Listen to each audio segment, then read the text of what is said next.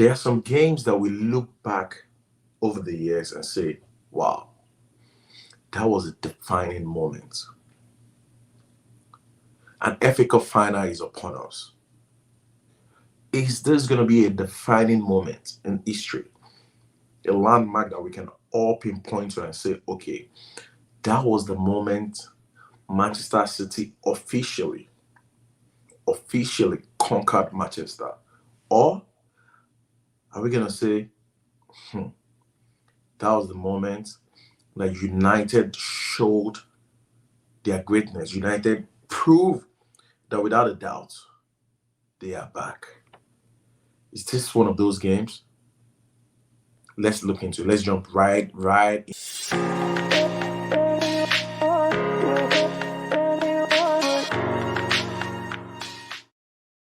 An FA Cup final is upon us.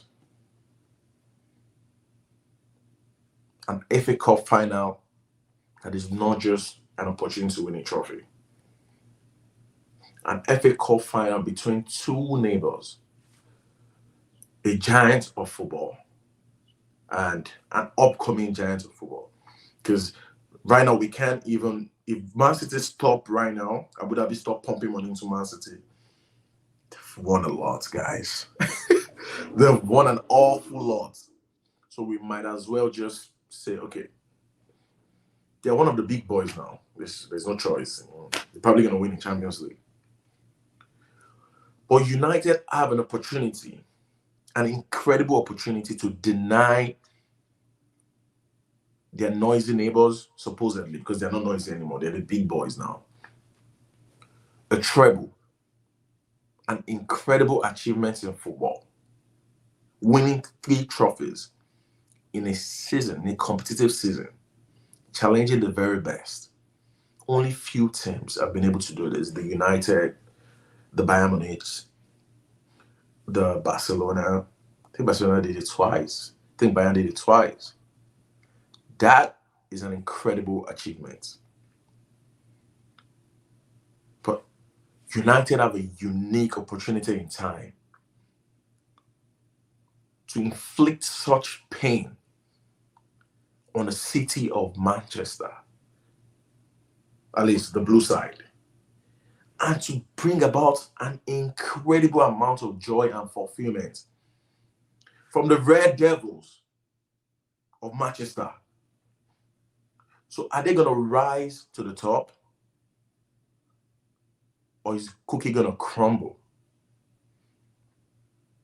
What do you guys think? What do you think? We're talking about a Manchester City team that has been heralded as one of the best teams of our time. One of the greatest tacticians of our time at the helm. One of the best centre forward we have seen in the last 50 years in football. 22 years old Erling Haaland. The hell of Norway. The Viking. The monster.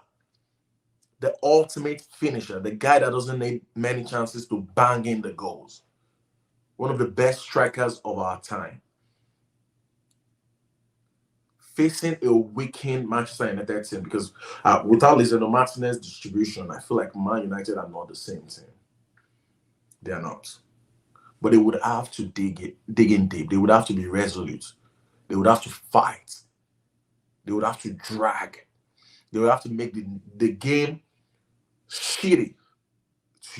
That's the only way to play this City team. You can't be nice. You can't be. You have to take your chances. You have to fight for every single ball. You have to go for it. This is the final. And everywhere, everybody has been like, oh, Man United can't win. Oh, Man City are going to win. Man United can't win. But football is not that simple.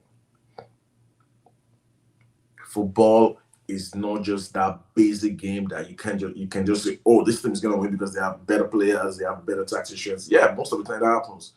But in the final, if Wigan Athletic can beat a team of Carlos Tevez, Kun Aguero, Yaya Toure, David Silva, Vincent Kompany, in an FA Cup final with Roberto Martinez at the helm, a team that eventually got relegated that season. The irony of it, defeated Manchester City in an FA Cup final. Come on. Talking about United, a team with world-class Casemiro at the base of the midfield. A team with Bruno Fernandes, one of the best attacking midfielders in the world. I don't know why people don't like him. Yeah, he loses the ball. His job is to create chances. He creates a ton of chances. It's about accentuating the entire team to fit this particular player. He's a risky player. He's a risky passer of the ball. He's going to lose some. You improve your defense. But Bruno Fernandes on the ball creates chances every single day of the week. He creates chances as regularly as Kevin De Bruyne, as Martin Odegaard, as Luka Modric. Think about the best midfielders out there. Marcus Rashford, one of the best attacking players in the world, in world football this season. In prime form to inflict suffering, to inflict pain, to put doubts in City's mind. Not just that everybody's just going to lay down and let them clamp on us. That's the whole point. The whole point of Arsenal trying to win the league this season and not getting any support from the fan base because, Arsenal are hated. They're actually a big team that people don't like. People don't care if City wins the Premier League or wins the treble. The only people who care if City wins the treble is probably Manchester United fans because it inflicts something on their legacy, the legacy of their teams, of their forebears. If a team the next season comes and goes the entire league unbeaten, as an Arsenal fan, I'll feel away. I'm sure Manchester United fan will feel away if a team wins the treble. That is something that other teams can brag about. It's not just you alone that can say, oh, I've won the treble. I won the treble as a United supporter. You can't like the other people who have done it. I don't know where to go on this. It's going to be a tight game, hopefully. It's going to be a spectacle. I want to watch a great game of football, a competitive game, people willing to strive and win, people fighting for the jersey. One-on-one defending from United has to be incredible tomorrow.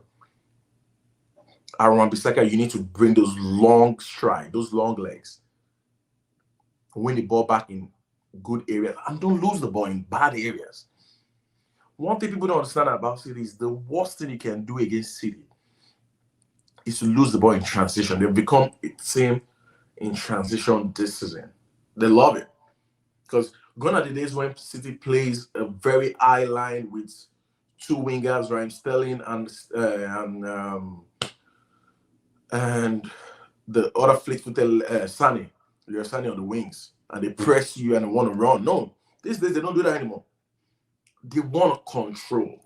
I watched 45 minutes against Real Madrid, one of the best controlled game in a big game I've ever seen. I've seen something like that similar this season, Arsenal against Chelsea, but the caliber of opposition wasn't high.